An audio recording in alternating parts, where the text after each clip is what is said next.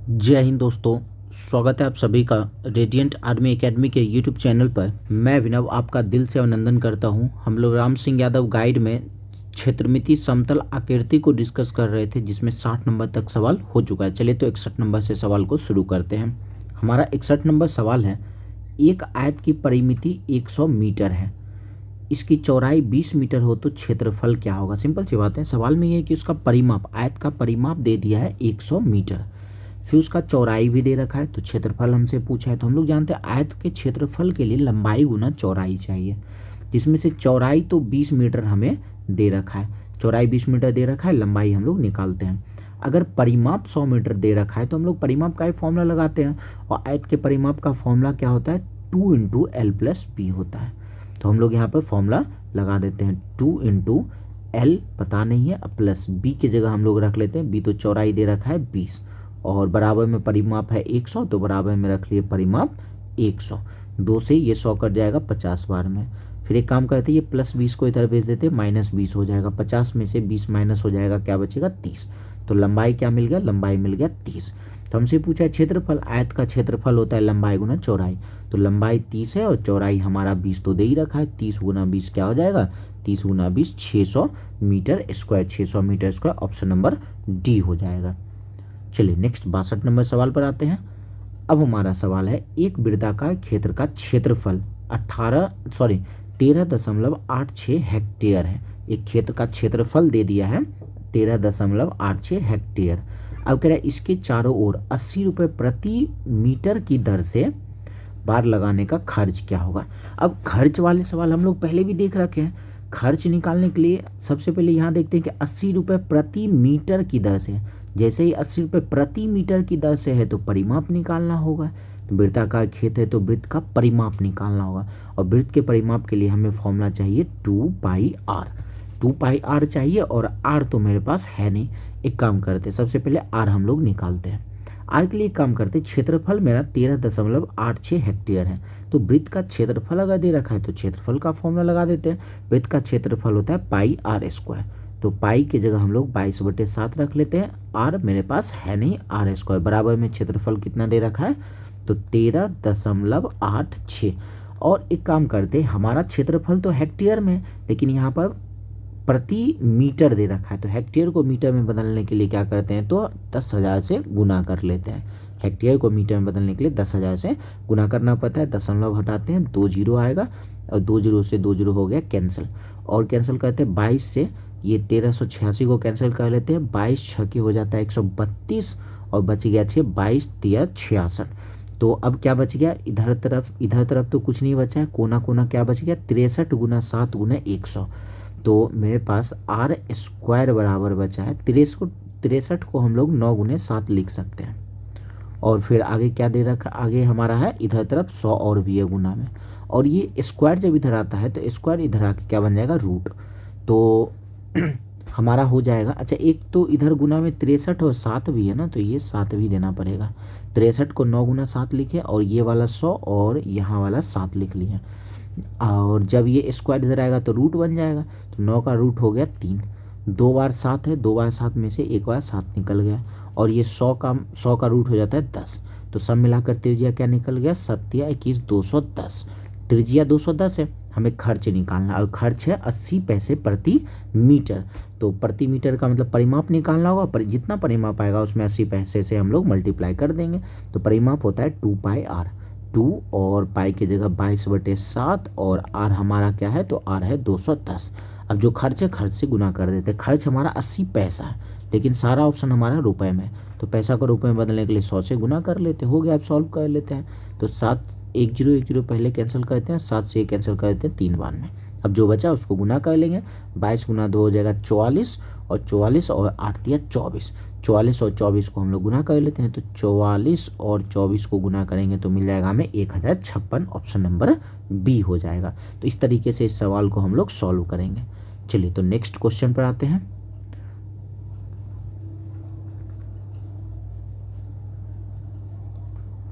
अब हमारा सवाल है, एक आयत का क्षेत्रफल 2,70,000 वर्ग मीटर है, इसकी लंबाई चौड़ाई का अनुपात 4:3 है, इसकी परिमिति पर 4.5 घंटा प्रति किलोमीटर प्रति घंटा की दर से एक चक्कर लगाने में समय। अच्छा, ये थोड़ा सा अलग सवाल हो गया। अब इसमें कहा क्या है ना कि एक आयत का क्षेत्रफल दे रखा है और लंबाई चौड़ाई का अनुपात 4:3 है। तो हम कह रहे हैं लंबाई 4x मान लेते हैं, चौड़ाई 3x मान लेते हैं, तो क्षेत्रफल क्या हो जाएगा, तो 4x और 3x 4 दिया 12x²। तो हमारा क्षेत्रफल हो जाएगा अनुपात के हिसाब से 4 दिया 12x², और इसको हम लोग लिख लेते हैं, ये 12x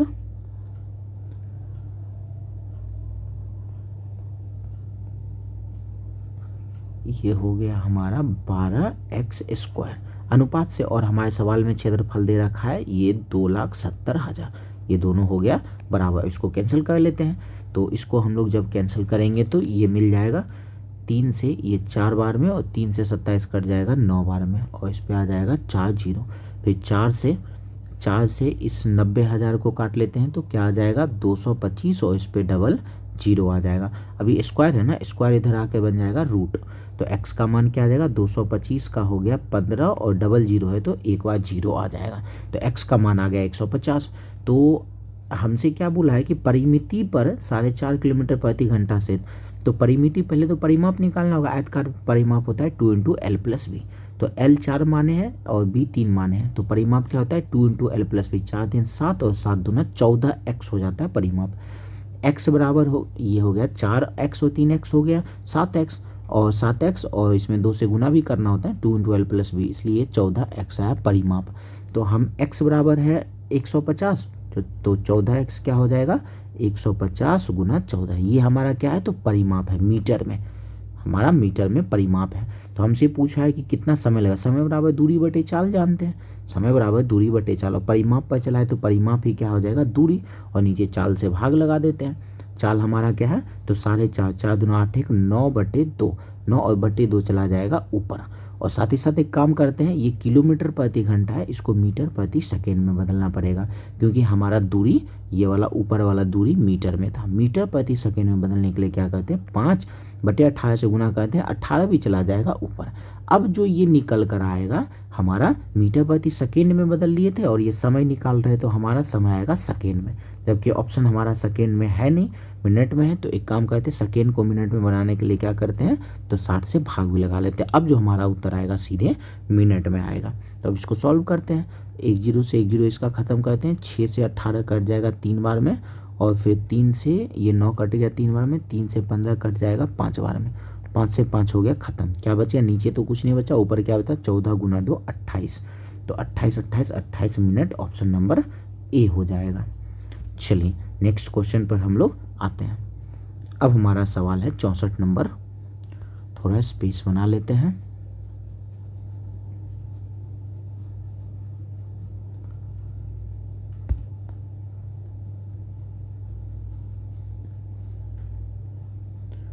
चौसठ नंबर सवाल है, एक 8 मीटर लंबे तथा 6 मीटर चौड़े कमरे में 1.6 मीटर चौड़े कालीन बिछाया जाना है, तो कालीन की लंबाई हमसे पूछा गया।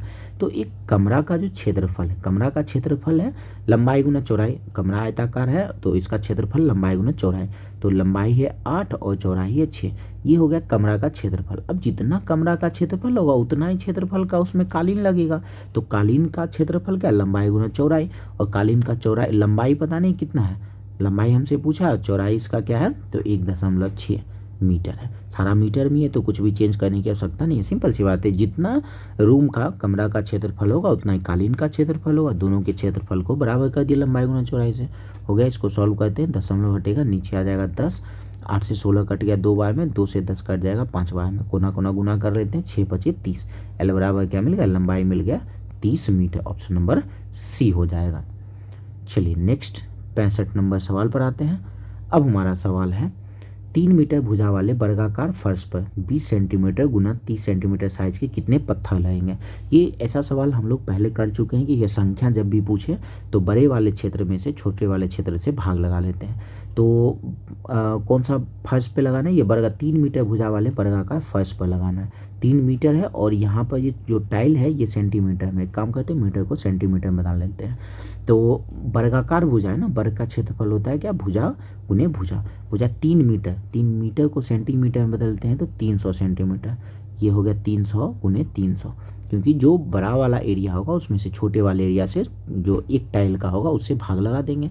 और तो ये एक टाइल का क्षेत्रफल क्या है, तो एक टाइल का है 20 गुना 30। तो बड़े वाले में से छोटे वाले को भाग लगा दिए, यूनिट सेम करके, मीटर है तो मीटर, नहीं तो सेंटीमीटर, सारे सेंटीमीटर में हो गया। अब सॉल्व कर लेते हैं, 2 जीरो इसका कैंसिल कर लेते हैं और 3 से 3 खत्म हो जाएगा, 2 से 300 कट जाएगा 150 बार में।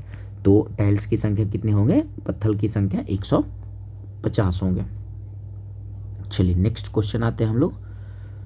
अब हमारा सवाल है 66 नंबर। एक समकोण त्रिभुज में आधार 8 सेंटीमीटर तथा कर्ण 10 सेंटीमीटर है, तो क्षेत्रफल क्या होगा।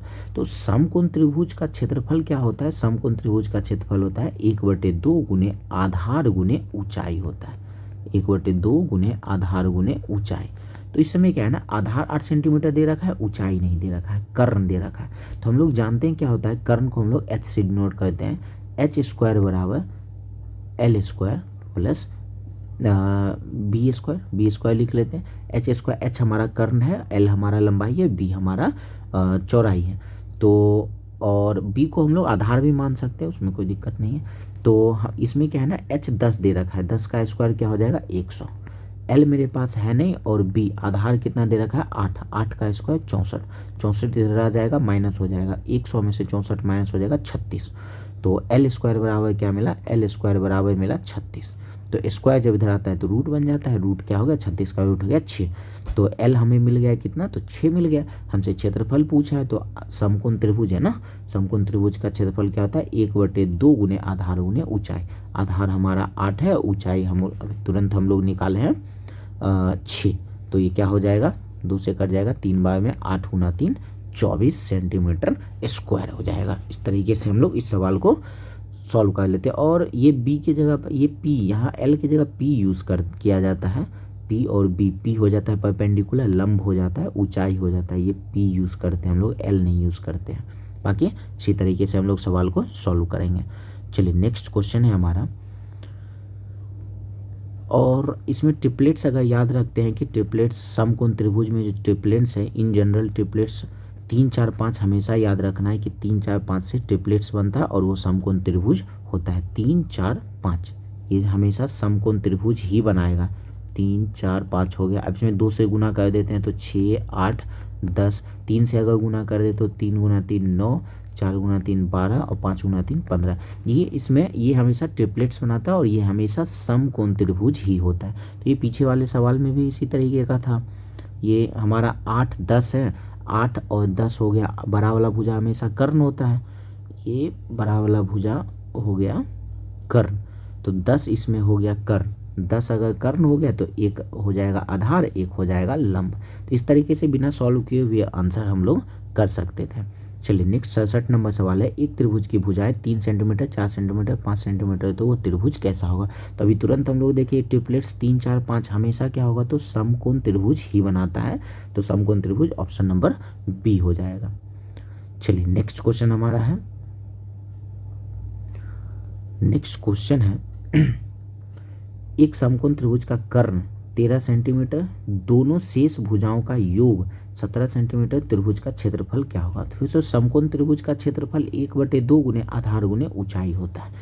तो अब मेरे पास ना आधार है ना ऊंचाई, समकोण त्रिभुज का कर्ण 13 है। हम लोग जानते हैं समकोण त्रिभुज में क्या होता है, एच स्क्वायर बराबर p square plus b square होता है।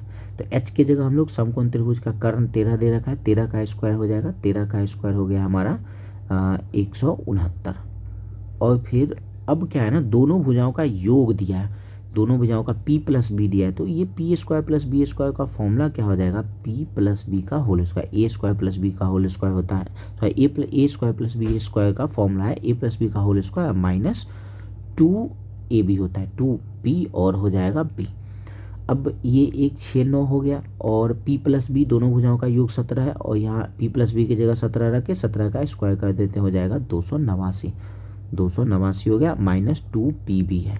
अब 169 को इधर लेके आ जाते हैं, माइनस 2pb को उधर लेके चले जाएंगे, तो माइनस 2pb उधर जाके प्लस 2pb हो जाएगा, और 289 में से 169 माइनस कर लेते हैं तो 120 हो जाएगा, 2 से 120 कट जाएगा 60 बार में। P इंटू बी क्या निकल कर आया 60। तो हमसे क्या पूछा, त्रिभुज का क्षेत्रफल। तो समकोण त्रिभुज का क्षेत्रफल क्या होता है, 1/2 गुने आधार गुने ऊंचाई। 1/2 आधार हमारा क्या है, P है इंटू बी है। तो 1/2 हो गया, P इंटू बी, तो अभी तुरंत हमारा 60 आया है। 2 से ये 60 कट जाएगा 30 बार में। 30 बार क्या हो जाएगा क्षेत्रफल, 30 centimetre square. Option number B हो जाएगा। चलिए नेक्स्ट हमारा सम एक त्रिभुज है, ये सिंपल सा सवाल है। सवाल है हमारा कि एक त्रिभुज का क्षेत्रफल 84 मीटर स्क्वायर है तथा आधार 14 मीटर है, तो ऊंचाई क्या होगा। तो एक कोई भी समकोण त्रिभुज कोई भी त्रिभुज है, उसका क्षेत्रफल होता है 1/2 गुने आधार गुने ऊंचाई। 1/2 गुने हो जाएगा आधार और गुना हो जाएगा ऊंचाई। किसी भी त्रिभुज का ये क्षेत्रफल होगा। तो इस सवाल में क्या एक क्षेत्रफल दे रखा है 84 और 1/2 क्षेत्रफल है, तो त्रिभुज का क्षेत्रफल 1/2 गुने आधार। आधार भी हमारे पास 14 दे रखा है, ऊंचाई नहीं दे रखा है, तो गुना h हो गया। 2 से 14 कट जाएगा 7 बार में, 7 से 84 कट जाएगा 12 सते 84 12 बार में। तो ऊंचाई क्या मिल गया, 12 मीटर। ऑप्शन नंबर सी हो गया।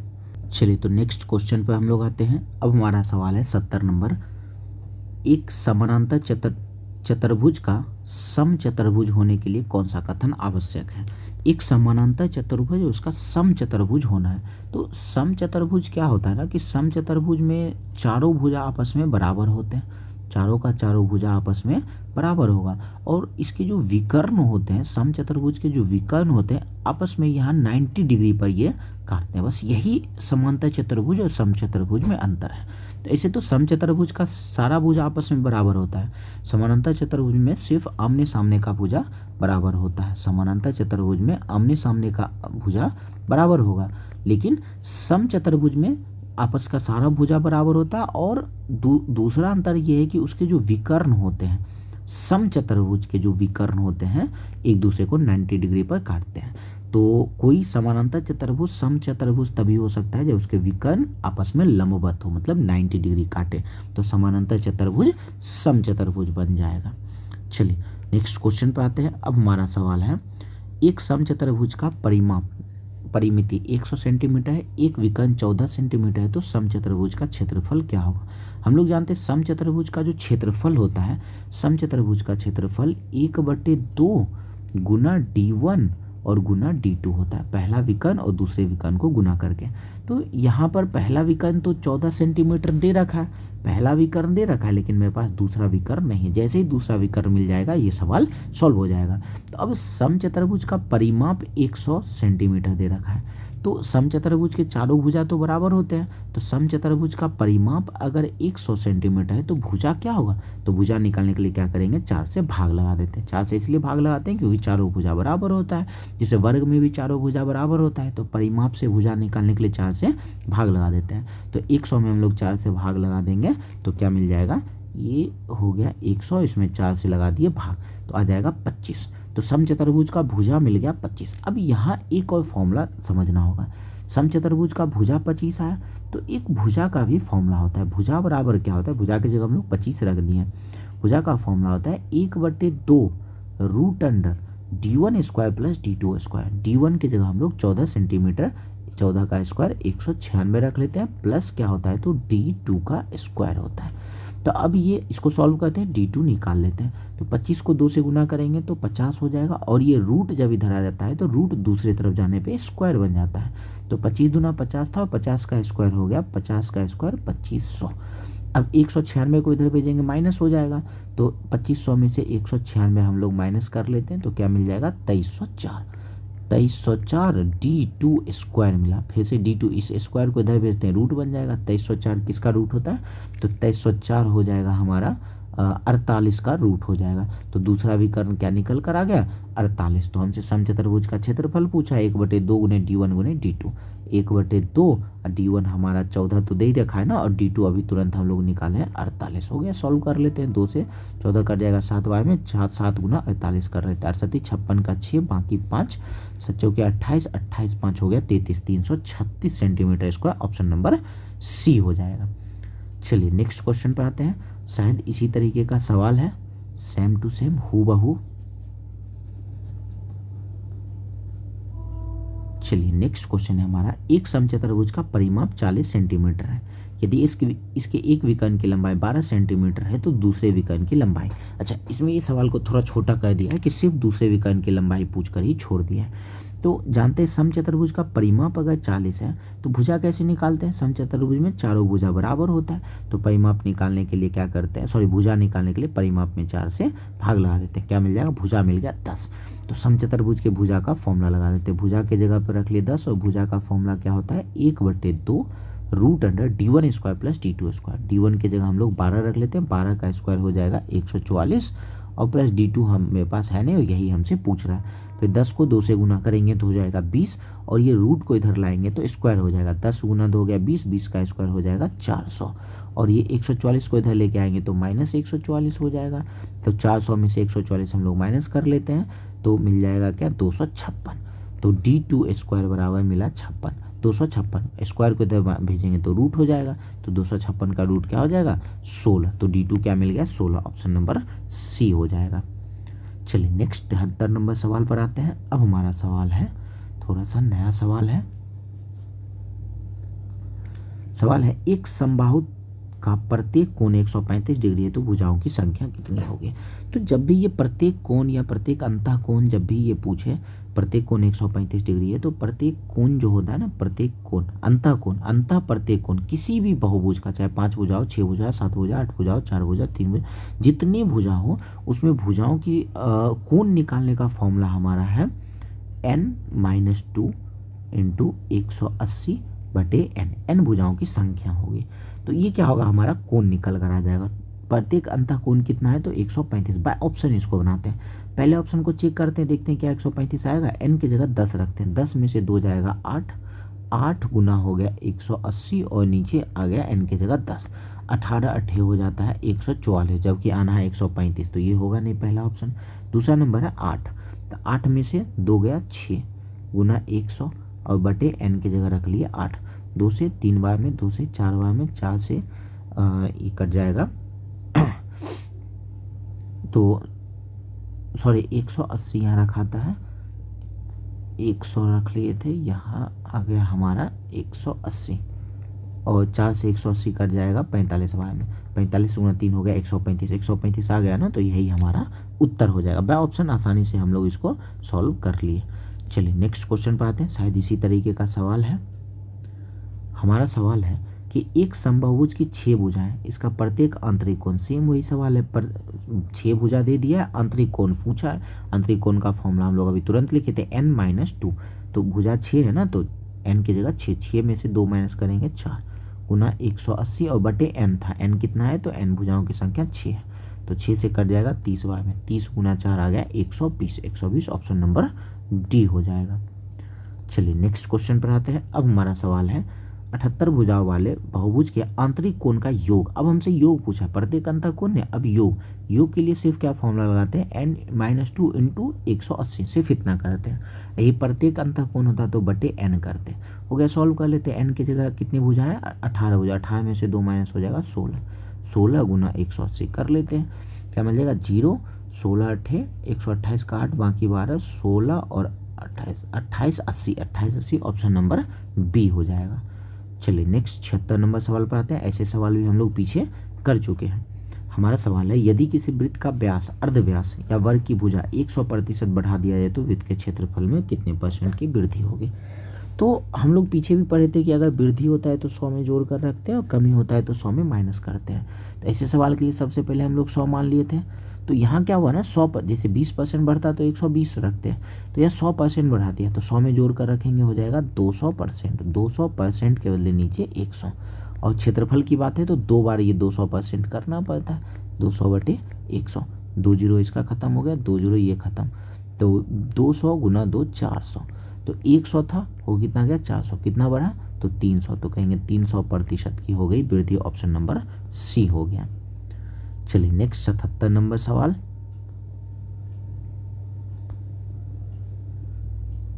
77 नंबर सवाल है हमारा,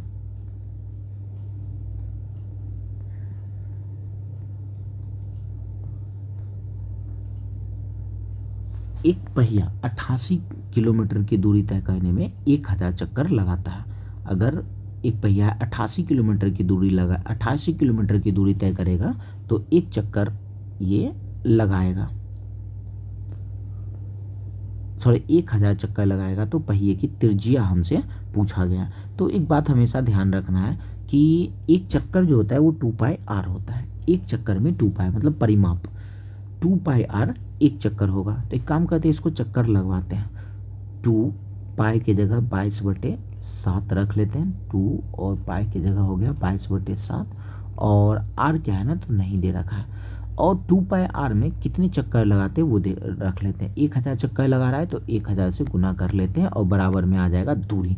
और दूरी हमारा क्या है 88 किलोमीटर। अगर ध्यान दें तो हमारा सारा ऑप्शन मीटर में है, तो 88 किलोमीटर को भी मीटर में बदल लेते हैं। 1000 से गुना, 1000 ये 1000 तो कट कैंसिल हो गया। तो 22 से 88 कट जाएगा 4 बार में और 2 से 4 कट जाएगा 2 बार में। 2 गुना 7 कोना कोना गुना करेंगे ना, 2 गुना 7 क्या आ जाएगा 14। तो ऑप्शन नंबर सी हो जाएगा। चलिए नेक्स्ट सेम इसी तरीके का सवाल है। एक पहिया का अर्धव्यास 7 सेंटीमीटर, अर्धव्यास मतलब त्रिज्या दे रखा है, 44 किलोमीटर की दूरी तय करने में कितना चक्कर लगाएगा। तो हम लोग जानते हैं चक्कर लगाने वाली बातें 2π की जगह 22/7 और r इसमें क्या है तो अर्धव्यास दे रखा है 7। कितने चक्कर तो मान लेते हैं n चक्कर लगा रहा है। n चक्कर लगा कितना दूरी तय किया तो 44 किलोमीटर की दूरी। इस किलोमीटर को हम लोग मीटर में बदल लेते हैं। तो किलोमीटर को मीटर में बदलने के लिए 1000 से गुना कर लिए। लेकिन लफड़ा इस बार क्या है ना तो 7 सेंटीमीटर दे रखा है।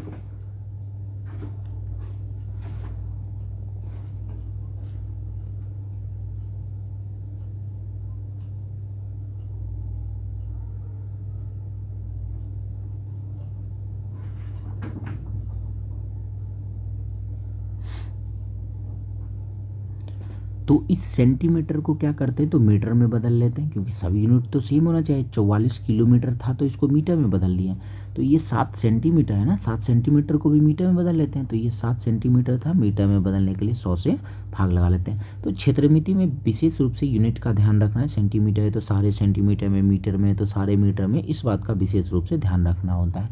हो गया, इसको सॉल्व करते हैं। 7 से 7 हो गया खत्म और 22 दूना 44, 44 से 44 हो गया खत्म।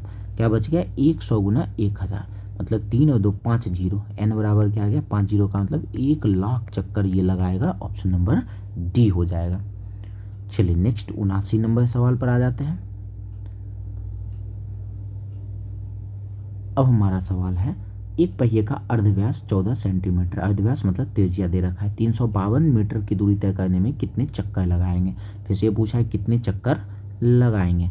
तो चक्कर वाला सवाल है तो 2πr पहले लगाते हैं। 2πr में एक चक्कर होगा तो ये हो गया 2 और पाई की जगह 22/7 और r त्रिज्या है ना, त्रिज्या अर्धव्यास, अर्धव्यास मतलब त्रिज्या ही होता है।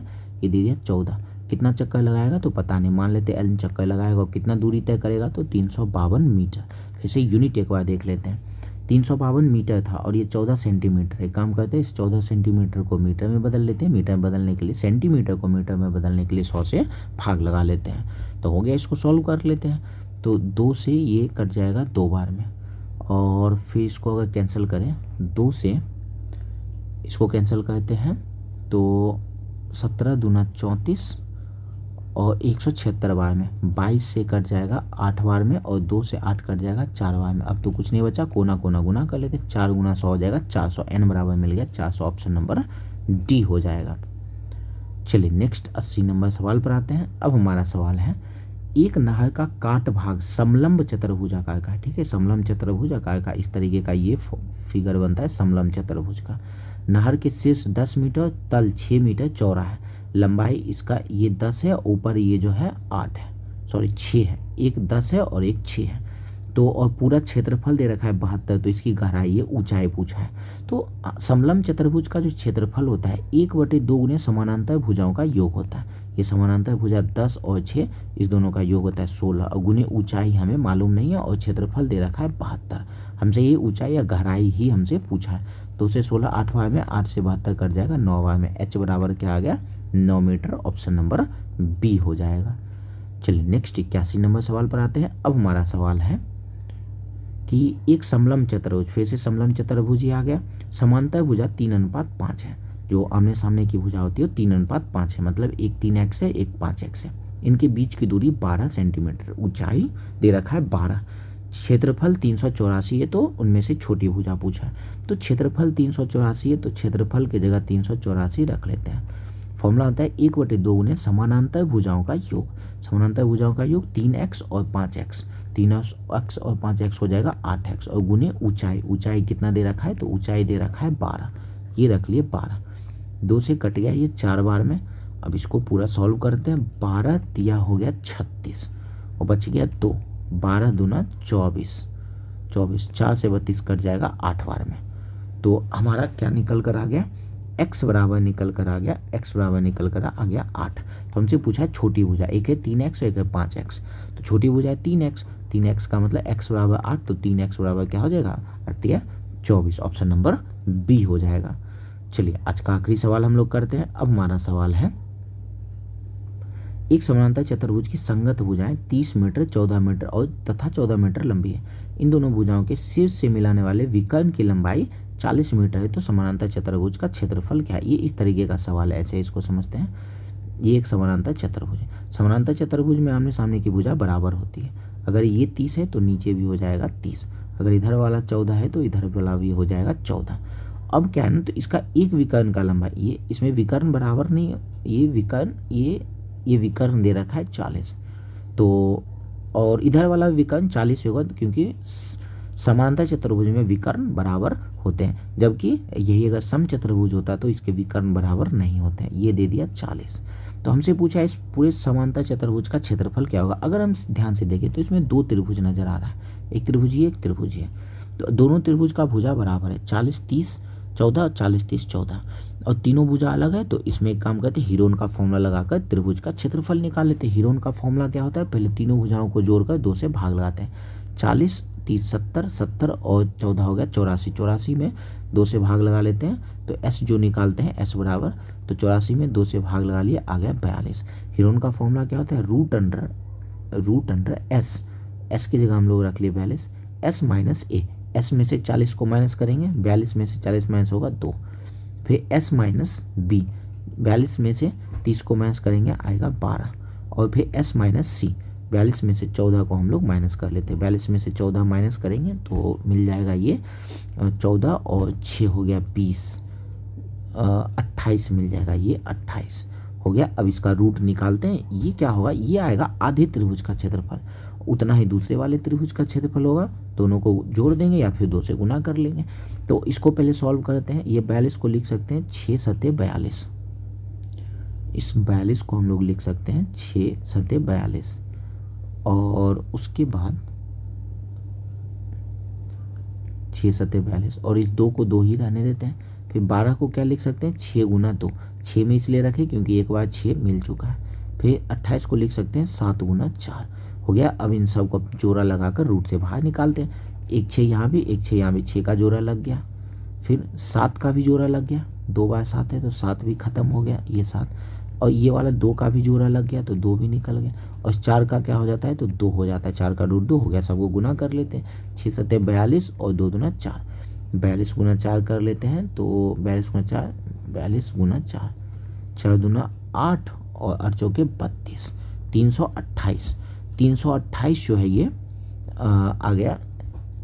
ये 6 सत्ते 42, 42 को 4 से गुना करने पे देख लेते हैं सही आया, 4 दूना 8, 100, ये गुना गलती हो गया, ये आ जाएगा 4 दूना 8 और 4 चौके 16, 168। 42 को 4 से गुना करेंगे हम लोग, 42 को 4 से गुना तो आएगा हमारा 168। ये आधे त्रिभुज का क्षेत्रफल है, तो दूसरे वाले त्रिभुज का क्षेत्रफल भी 168 ही होगा। दोनों को जोड़ लेते हैं, 8 8 16 का 6, बाकी 1 6 6 12 1 13 का 3, बाकी 1 336, 336 ऑप्शन नंबर ए हो जाएगा। तो इस तरीके से हमारा क्षेत्रमिति समतल आकृति समाप्त होता है। आशा करते हैं कि आपको वीडियो पसंद आया होगा, सवाल आपको समझ में आया होगा। तो अगर आपको वीडियो पसंद आया तो आप वीडियो को लाइक शेयर और चैनल को सब्सक्राइब कर सकते हैं। साथ ही साथ हमारे कुछ सोशल मीडिया हैंडल है, इनसे आप हमसे जुड़ सकते हैं। और अगर आप कुछ भी कमेंट करें तो आप अपना नाम और आप कहाँ से हैं ज़रूर ये मेंशन करके कमेंट करें, और आपका कमेंट देखकर हमें अत्यंत खुशी होती है। और बताएं ज़रूर कि वीडियो कैसा लगा। चलिए तो मिलते हैं हम लोग नेक्स्ट वीडियो में। धन्यवाद।